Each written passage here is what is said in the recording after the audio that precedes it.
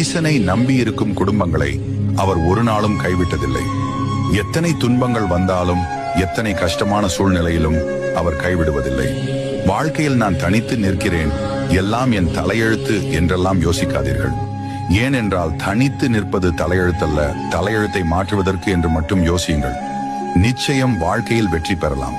வாழ்க்கையில் உங்களை அதிகமாக காயப்படுத்தியவர்கள் முன்பு கலங்கி நிற்காதீர்கள்.